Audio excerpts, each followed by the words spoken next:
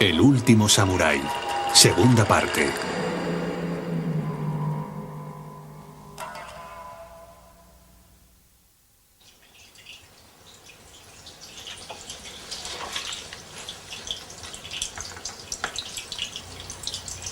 Año 1867.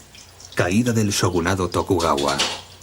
El ejército del shogunado y del clan Aizu caía derrotado ante el nuevo ejército gubernamental de los clanes Satsuma y Chōshū.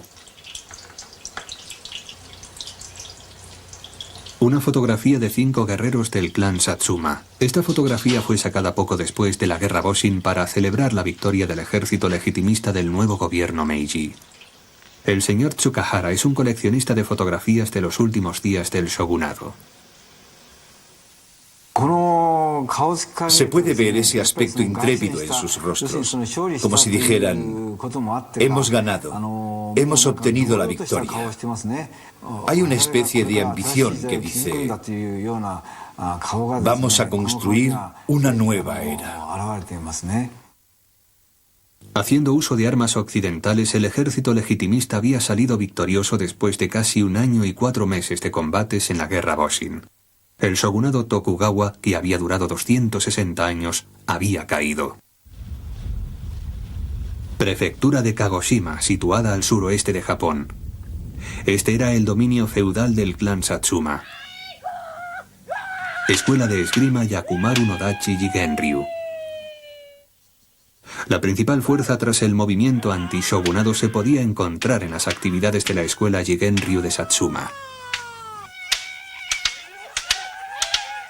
Su poder residía en la disciplina mental que derivaba de practicar mañana y noche lanzando sus espadas de madera un número incalculable de veces.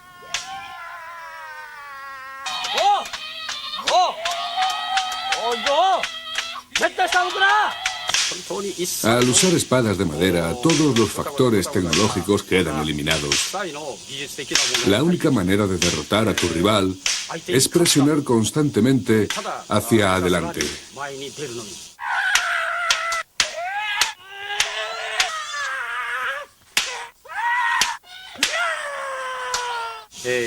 Es como lo que se decía antes.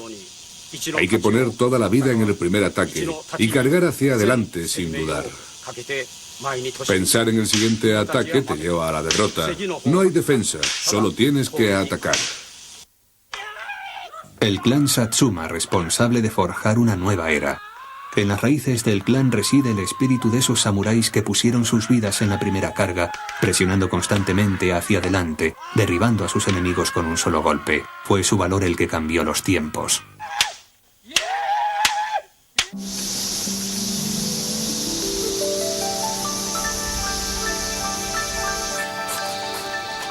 Castillo Tsurugayo, el símbolo de Aizu.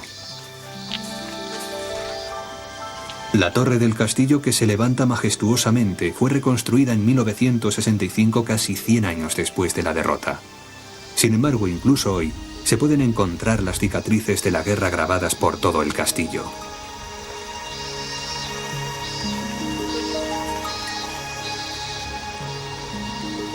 En su interior se cuenta la tragedia de la guerra. Aquí se puede ver el monumento a un soldado que luchó en primera línea en la guerra de Boshin. Sagawa Kanbei, un importante servidor del clan Aizu. Kanbei era muy conocido como maestro de esgrima y recibía el apodo de Kanbei el demonio.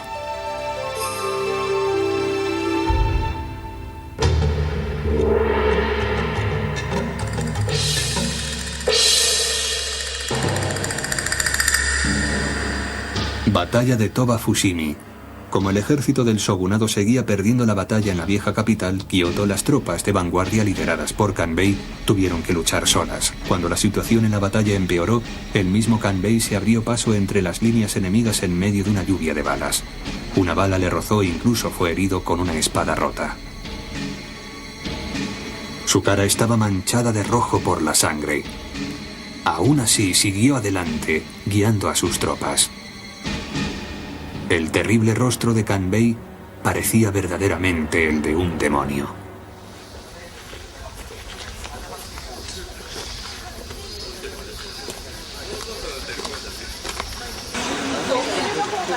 En 1868 la guerra Boshin se trasladó del norte de Kioto a Aizu.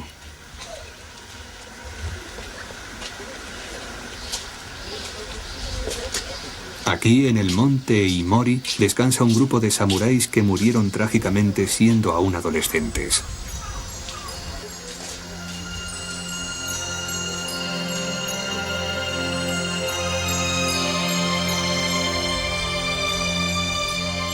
Según se iba recrudeciendo la guerra, se requirió la participación de una fuerza de reserva llamada Cuerpo Byako, formada por chicos de 16 y 17 años.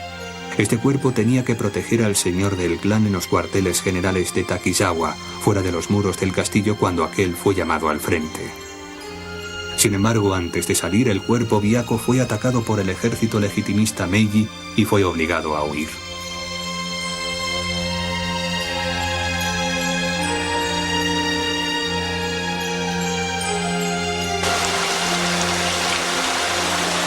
Separados de sus compañeros y sin raciones, escaparon del enemigo y se metieron en una cueva oscura. Incapaces de volver al castillo, el último objetivo del Cuerpo Byako fue alcanzar la cima del monte Eimori, desde donde se podía ver el castillo de Tsurugayo. Se esforzaron por alcanzar la cima de la montaña, pero al llegar a ella, solo vieron Tsurugayo envuelto en humo.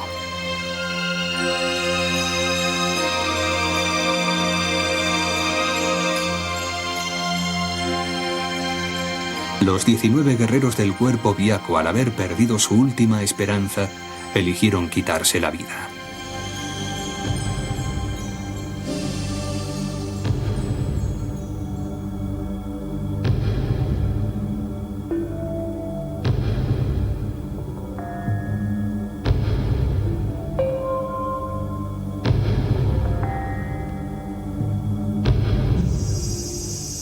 Entretanto, Tsurugayo seguía sitiado.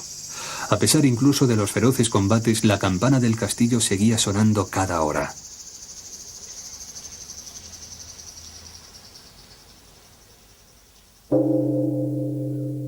Los que hacían sonar la campana fueron derribados uno tras otro por disparos de fusil. En la furiosa batalla no había tiempo para cavar tumbas, de manera que los muertos se amontonaban en fosas dentro del propio castillo.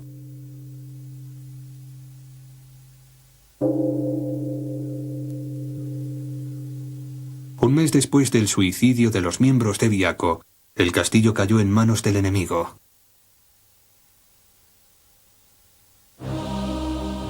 La mañana del 22 de septiembre de 1868, un día fatal le esperaba al clan Aizu. Se produjo una ceremonia oficial de rendición. En el exterior del castillo se puso una gran alfombra roja y el señor del clan Aizu, Matsudaira Katamori, presentó su rendición al ejército legitimista. Esta ilustración en color muestra la rendición del clan Aizu. Fíjese en la alfombra roja bajo los pies de Matsudaira Katamori, el señor del clan Aizu, y de Matsudaira Yoshinori. Este es un pedazo de esa alfombra. Se la llama la alfombra de sangre y lágrimas. La tarde después de la ceremonia de rendición se hizo cortar esta alfombra roja y se distribuyó entre los guerreros más destacados del clan. Para el clan Aizu, todo estaba perdido, así que para no olvidar nunca la humillación de la derrota, la alfombra fue llamada la alfombra de sangre y lágrimas, y los guerreros del clan procedieron a llevar los pedazos consigo. El castillo del que se decía que era inexpugnable estaba ahora en manos del enemigo. Ese día Katamori visitó las fosas del castillo y pidió que levantasen las piedras con que estaban cubiertas las fosas. Un hedor insoportable salió de ellas, pero Katamori se mantuvo firme, rezando ante ellas.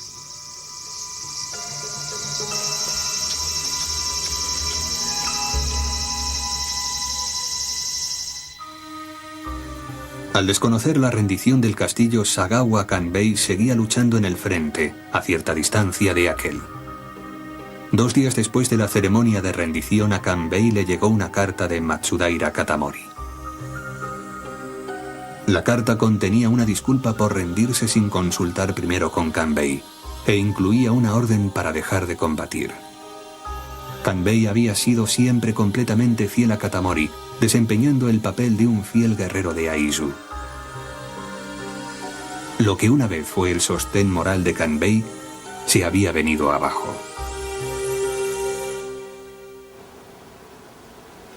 La guerra Boshin acabó costando más de 3.000 muertos. Al perder, alguien tenía que entregarse como criminal de guerra. El que luchó más fieramente, quien aplastó el mayor número de fuerzas gubernamentales en Aizu, era Sagawa Kanbei. Kanbei se ofreció como criminal de guerra, solicitando que se le permitiera asumir la responsabilidad que correspondía al señor del clan, ofreciéndose a realizar el seppuku y someterse a la decapitación subsiguiente. Sin embargo, Kanbei se había convertido en servidor principal en agosto, y como se podía ver, había servidores de mayor rango que él. Se tomó la decisión de que fuese un hombre llamado Kayano Gonbei, situado por encima de Kanbei, el que se sometiera a la ejecución. Kayano Gonbei era un maestro de esgrima que instruía a sus discípulos en los secretos de la escuela Mizoguchi Hai Toryu. Tenía un gran talento y era un modelo para los guerreros de Aizu. Kanbei se había ofrecido a realizar el seppuku y, sin embargo...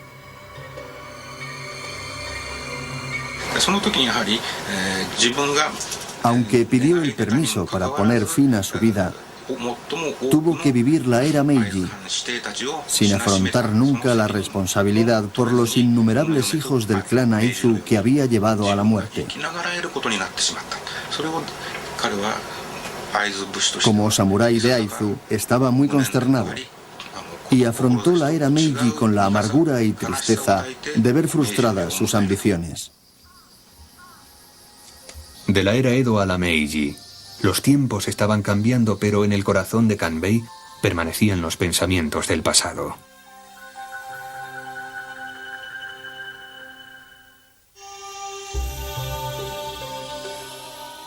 Los samuráis del clan Aizu, que lo habían perdido todo, fueron enviados a la tierra fría y dura de Tonami, en la región de Tohoku, en el nordeste, lo que es hoy día Aomori. Al haber perdido a su familia en la guerra, Kanbei vivió solo en tan inhóspito lugar.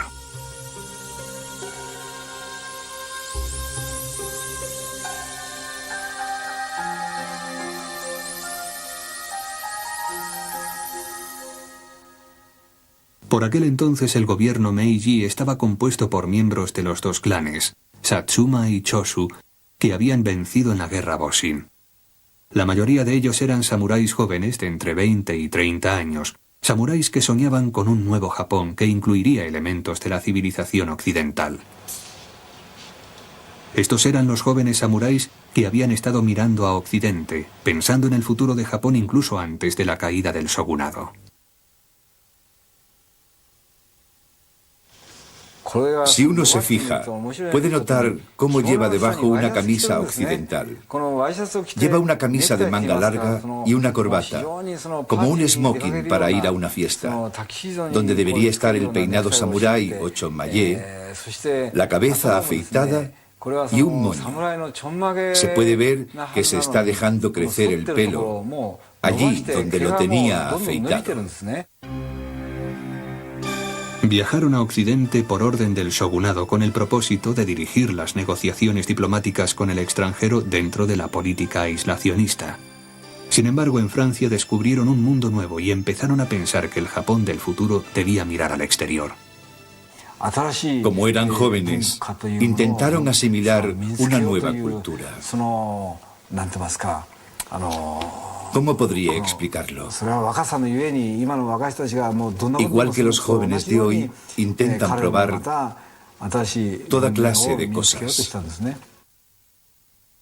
Estos samuráis imaginaban una nueva era en Japón, pero al mismo tiempo perdían algo esencial para los samuráis.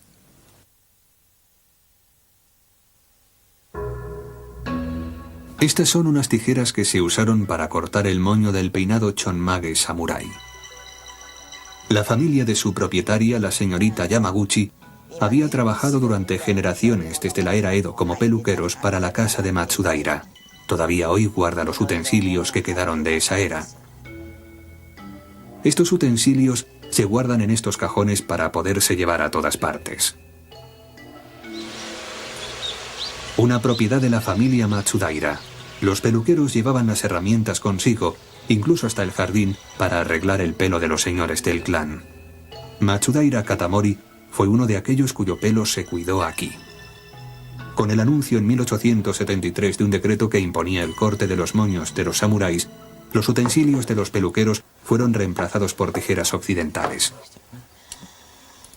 Se dice que estas son las tijeras que trajo un barbero de Tokio en el momento del decreto del corte de pelo, en el año 6 del gobierno Meiji. Se usaban así.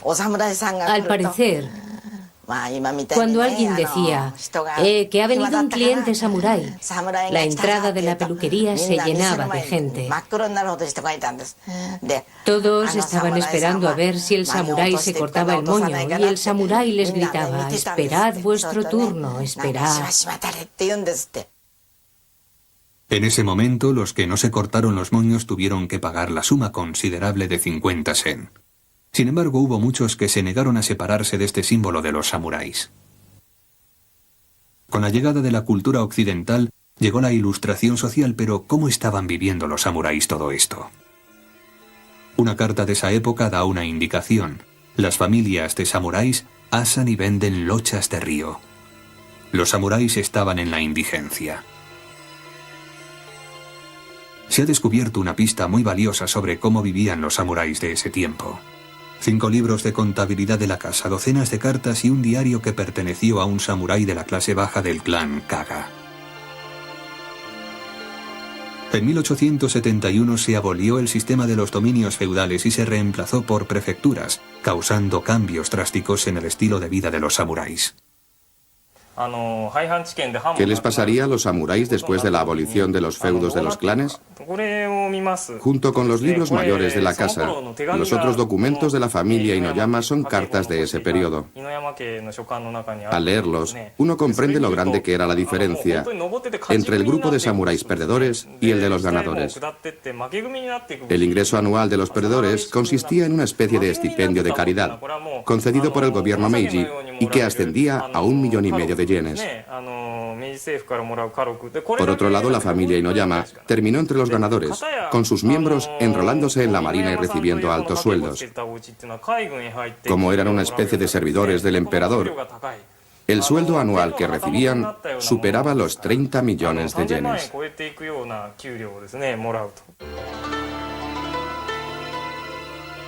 La familia Inoyama, los ganadores de la era Meiji. Sin embargo, al final del periodo del shogunado, eran tan pobres como cualquier otro samurái. Según los libros de contabilidad de la casa, la familia de Inoyama estuvo en momentos desesperados y se vio obligada incluso a vender sus espadas, el alma del samurái, para devolver los préstamos. La espada corta del padre fue vendida por unos 200.000 yenes.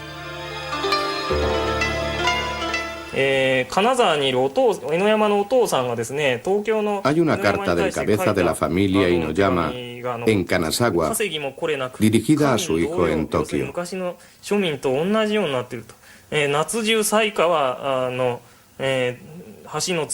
Al no tener ningún ingreso, ya no somos una familia de posibles. En verano, como todo el mundo, tenemos que ir bajo el puente del río Sai, asar allí maíz y lochas para luego poder venderlos.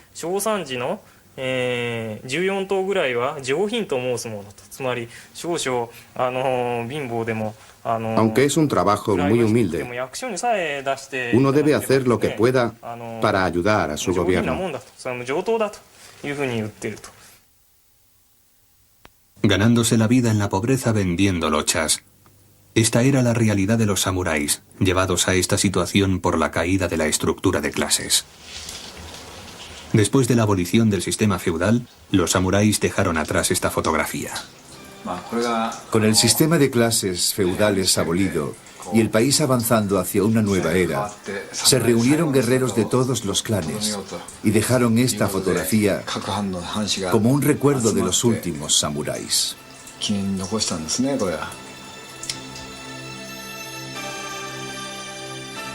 El fin de los feudos fue un golpe terrible para los samuráis. A esto le siguió en 1876 otro golpe en forma de decreto, el cual prohibía llevar espadas. A los samuráis ni siquiera se les permitía llevar su espada, la encarnación misma del espíritu samurái. El descontento creció entre los samuráis junto con el sentimiento de derrota, como si los tiempos cambiantes los estuvieran dejando atrás. Esto no ocurría solo entre los perdedores de la guerra Boshin, sino también entre los ganadores. Uno de ellos era un hombre que había pensado profundamente en la condición de los samuráis. Se trataba del padre de la restauración Meiji, Saigo Takamori. Sus palabras han llegado hasta nosotros.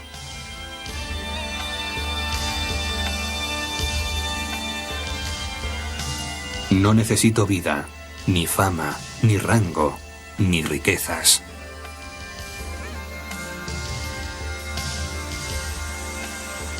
En el proceso de construcción de un nuevo país, los que estaban en el gobierno se habían olvidado de las aspiraciones de un samurái, y en cambio se habían obsesionado con la posición, la reputación y el poder. Saigo estaba indignado. Al mismo tiempo había muchísimos samuráis de las clases bajas en Satsuma, la región de Saigo, que al no poder adaptarse a los tiempos cambiantes, se habían arruinado y apenas podían sobrevivir. ¿Es que el nuevo gobierno iba a abandonar a estas pobres gentes? Saigo Takamori dejó el gobierno Meiji para el que había colaborado y volvió a Satsuma.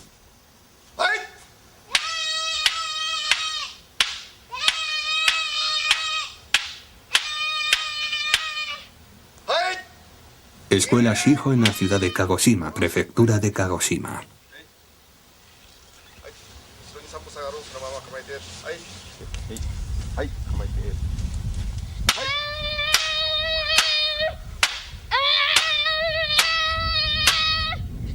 Este es el hogar de la enseñanza Goju para jóvenes, una tradición con 400 años de historia exclusiva de Satsuma. El feudo del clan Satsuma estaba dividido en pequeñas unidades llamadas Go. Los jóvenes que vivían en cada Go formaban voluntariamente un grupo de estudio. La enseñanza Goju preparaba a los estudiantes haciendo que se consagraran a las artes marciales y trabajaran diligentemente. Se trataba de modelar la personalidad con un equilibrio entre intelecto, integridad y fuerza.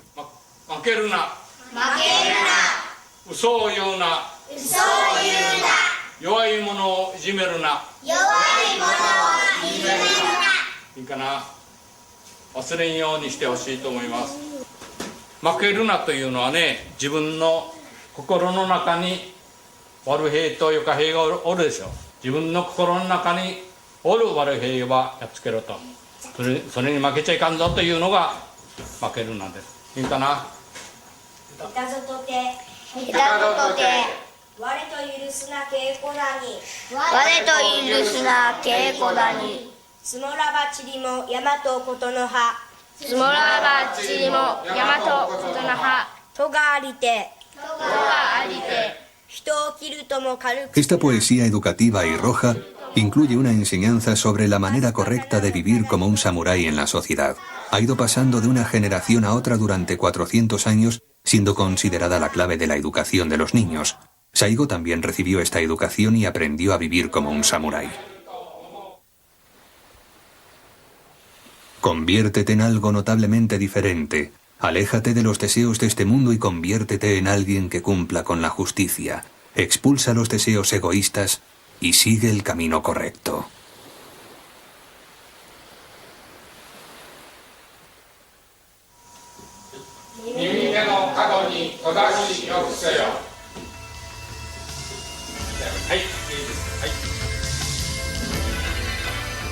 Saigo, el padre de la restauración Meiji, amaba Satsuma y amaba a los samuráis.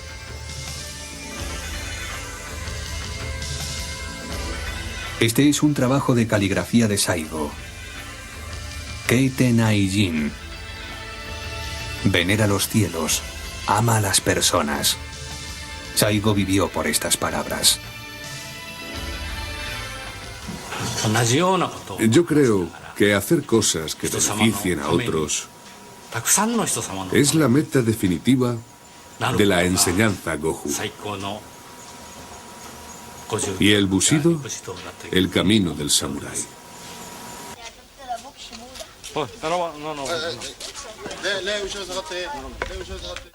Saigo Takamori quiso salvar a los samuráis, que con cada reforma afrontaban mayores dificultades.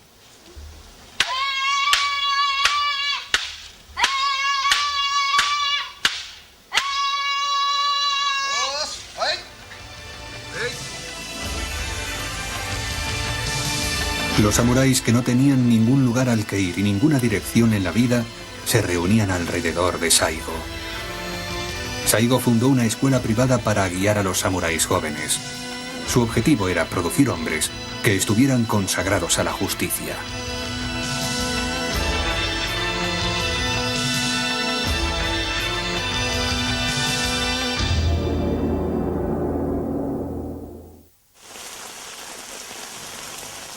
Algunos samuráis pudieron ajustarse al nuevo estilo de vida en la era Meiji. Sin embargo, la mayoría fue incapaz de mantenerse al ritmo de los tiempos. En 1874 el gobierno Meiji estableció el Departamento de Policía de Tokio. Kawaji Toshiyoshi, un antiguo guerrero de Satsuma, fue nombrado superintendente de policía. Kawaji fue enviado a Francia, donde observó el sistema policíaco moderno con intención de adaptarlo a Japón. Por aquel momento las fuerzas de policía sumaban 3.000 agentes, casi todos antiguos samuráis de Satsuma. La mayoría de los funcionarios del Departamento de Policía de Tokio eran de Satsuma. Así que cuando Saigo volvió a Kagoshima, más de la mitad de los que servían en la policía regresaron con él. ¿Quién guardaría el orden en Tokio? Este era el problema al que se enfrentaba Kawaji, el superintendente de policía. Al haber luchado en la guerra Boshin en Aizu, conocía el nombre de Sagawa. Sagawa estaba disponible y, lo que era más, era sumamente popular. Así que después de que los antiguos samuráis de Satsuma se fueran a casa, las vacantes se podían llenar empleando a los desesperados samuráis de Aizu. Pero para conseguirlo, primero necesitaba convencer a Sagawa. Si Sagawa decía que sí, estaba seguro de que otros 300 samuráis vendrían con él. Y Kawaji mandó un mensajero a Sagawa. Se dice que un servidor fiel nunca servirá a otro amo. En este caso, el segundo amo no era ni más ni menos que el antiguo enemigo, el gobierno Meiji. Esta era una proposición inconcebible. Sin embargo, el corazón de Kanbei vaciló. Si 300 hombres fueran con él para servir a su lado en la policía, significaría que, contando con familias de 5 miembros, 1.500 personas saldrían de unas condiciones de vida que lindaban en la inanición. Como Sagawa era un tipo amistoso, encontraba difícil rechazar a aquellos que le rodeaban, los cuales se habían ofrecido a acompañarle a Tokio. Y como quien más fieramente había combatido en la guerra Boshin, como quien había llevado a innumerables guerreros de Aizu a su muerte, sentía que era su responsabilidad ir a Tokio. Antiguos guerreros de Aizu, derrotados en la guerra y desposeídos del feudo de nuestro clan, viviendo penalidades. Si cediera y me alistara en las fuerzas de policía, podría salvar 300 vidas. Todavía hay algo que debo hacer por el bien de Aizu. Debo escuchar a mi conciencia. Sí, se supone que eso fue lo que se diría a sí mismo. Lo mejor es escuchar a mi conciencia. Y Kanbei finalmente tomó su decisión.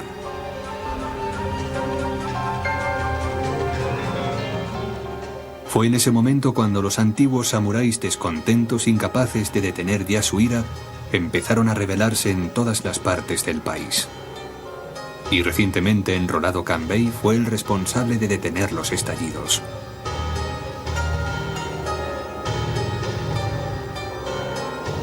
Y en Satsuma había un hombre que continuaba viviendo como un samurái, encarnando un desafío.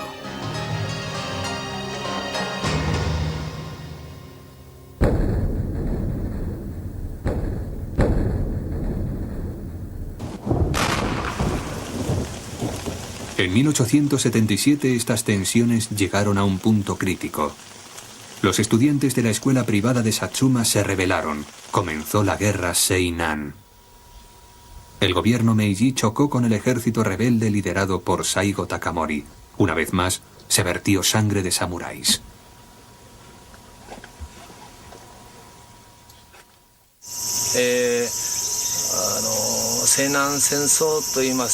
La guerra Seinan fue el enfrentamiento entre el ejército de Satsuma y el ejército gubernamental. Sin embargo, la restauración Meiji creó un gobierno compuesto casi exclusivamente de miembros de Satsuma y de Shoshu. En consecuencia, la guerra lanzó a la gente de la alianza Satsuma-Shoshu contra los de Satsuma. Por ejemplo, el hermano más joven de Saigo, Saigo Sumiguchi, era un oficial de alto rango en el gobierno. En lo tocante a Saigo, se trataba de una lucha entre hermanos. Sería algo exagerado decir que era simplemente un conflicto entre Satsuma y Satsuma. Pero se mire como se mire, se trataba de una guerra sumamente trágica. La guerra pronto llegó a un estancamiento. Jóvenes de la escuela privada de Satsuma participaron en los combates y la batalla continuó durante 6 meses en Kumamoto y Kagoshima. Este biwa de Satsuma, un tipo de laúd japonés, se usó para mantener alta la moral de los combatientes durante la guerra. Tal práctica se tomó de una ya existente, cuando se cantaban las lecciones escolares con el acompañamiento del biwa. Este conmovedor método se había convertido desde entonces en una firma de los samuráis de Satsuma.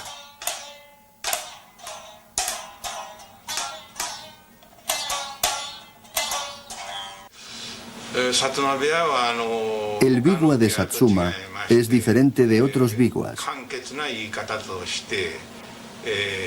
Como mejor se describe es con el dicho: no toques, golpea; no cantes, ruge.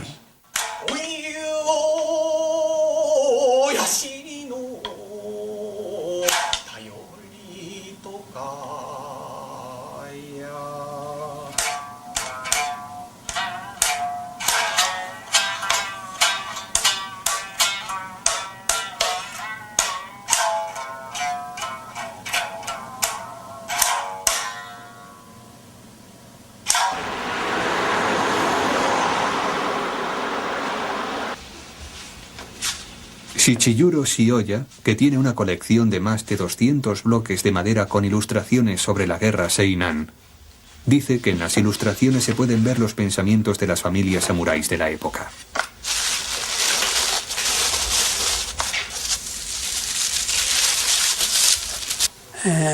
Debido a la censura, las noticias se centran en el ejército gubernamental.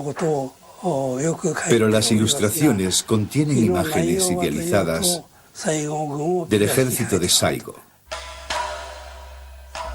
Aunque en la realidad Saigo no lucía barba, en esta ilustración se le representa como un hombre duro y con barba.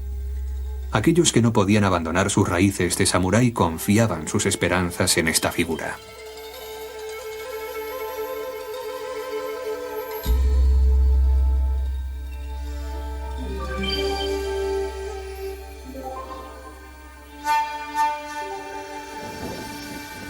En contraste, Sagawa Kanbei, que también participó en la guerra Seinan, llevaba una fuerza de 150 policías y fortificó su posición en el pueblo de Hakusui, en la prefectura de Kumamoto. Se dice que incluso era popular entre los lugareños. En esas fuentes, el agua es excelente. Por eso me imagino que mientras Sagawa estuvo allí, usó el agua para lavarse, para afeitarse, etc. Al parecer, por aquel entonces se habían extendido los rumores sobre Kanbei y el demonio. Se dice que la gente de allí hasta le llamaba Onisama, es decir, señor demonio. Hasta he oído que siempre que Onisama se presentaba, la gente se reunía para verlo. Kanbei era conocido por darle golpecitos a los niños en la cabeza y por tener una sonrisa constante. Era muy amistoso y práctico. En el campo de batalla era un demonio, pero aquí en el pueblo de Hakusui lucía un rostro diferente. Aunque estaba en territorio enemigo, era querido por muchos.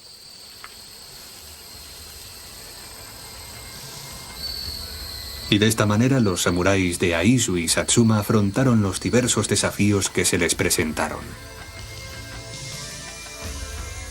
La batalla más feroz de la guerra Seinan tuvo lugar aquí, en Tabaruzaka. Solo aquí hubo más de 4.000 muertos.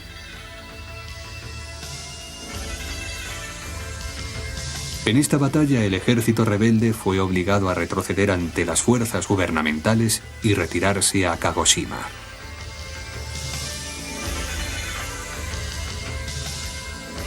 Shiroyama, la última fortaleza del hostigado ejército rebelde. Saigo Takamori pasó días escondido en esta cueva.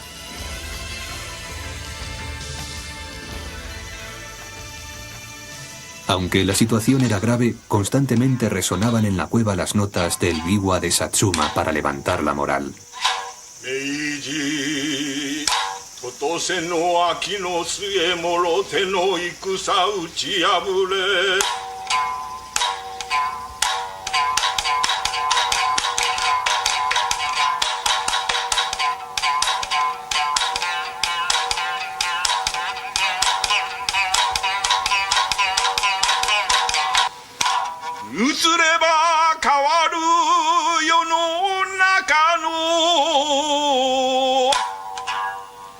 Eso significaba un jaque mate, y Saigo había agotado todas sus estrategias.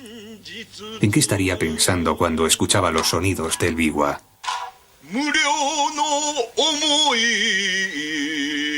24 de septiembre de 1877.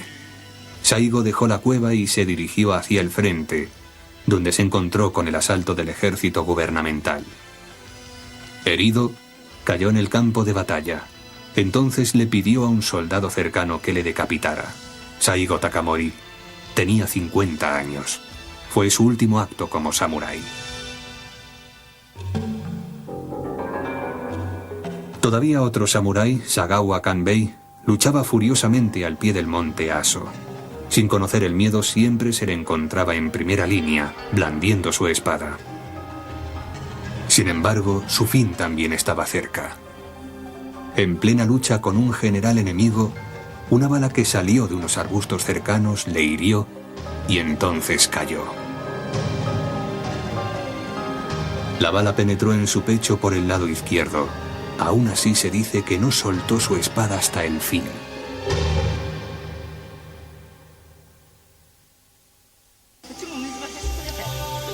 Estas son las palabras finales de Sagawa Kanbei, que descansa en una tierra muy lejana de Aizu. Por mi señor, partí de Kioto, y al pie del monte Aso mi cuerpo se vuelve rocío.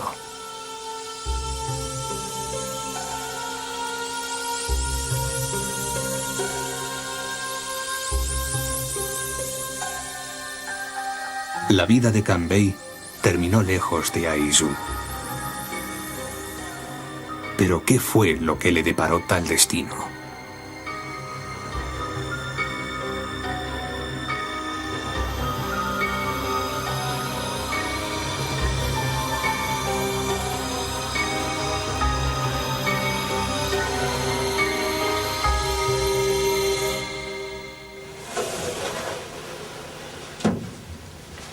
En Aizu se pueden encontrar algunas de las posesiones de Kanbei.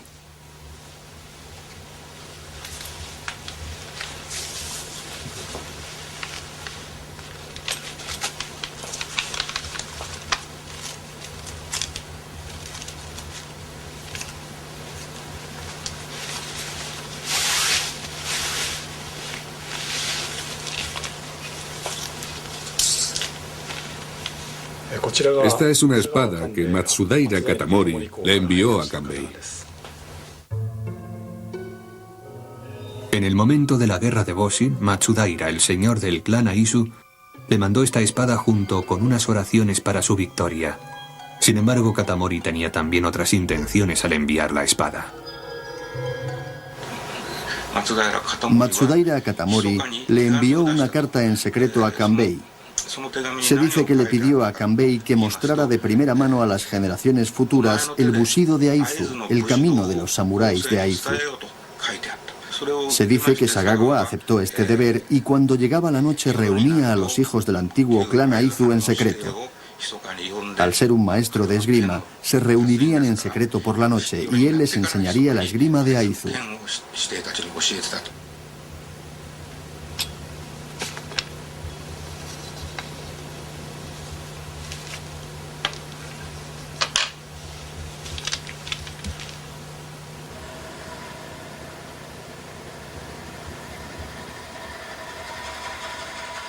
Aún hoy, el bushido de Kanbei está muy arraigado en Aizu.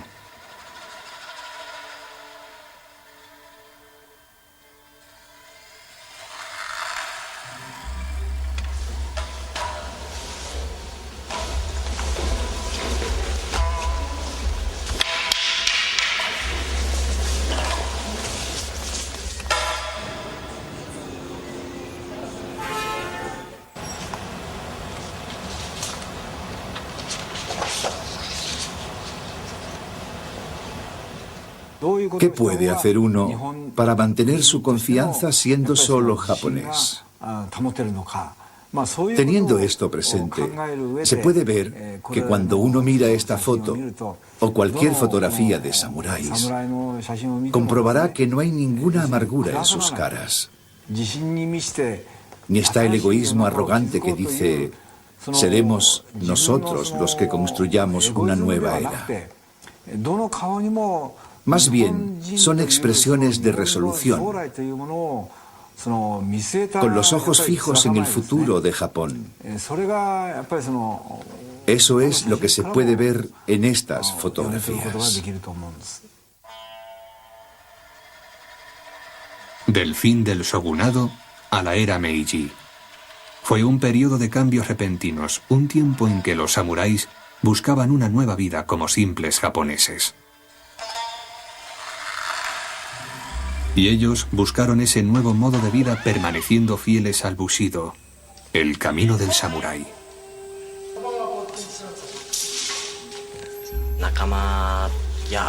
Confío en mis compañeros y en mí mismo.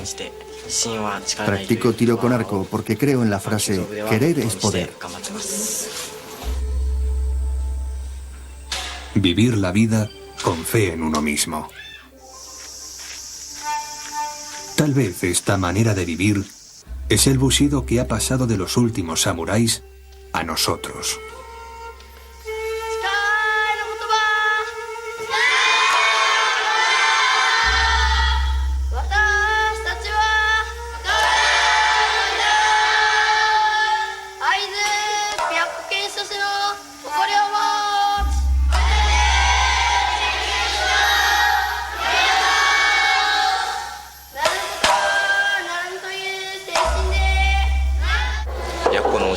Quiero que los niños crezcan firmes en el espíritu de las enseñanzas de Byako, el de no hacer lo que no se debe hacer. Quiero crecer para ser un espadachín fuerte. ¿Crees que podrás conseguirlo? Sí, creo que puedo.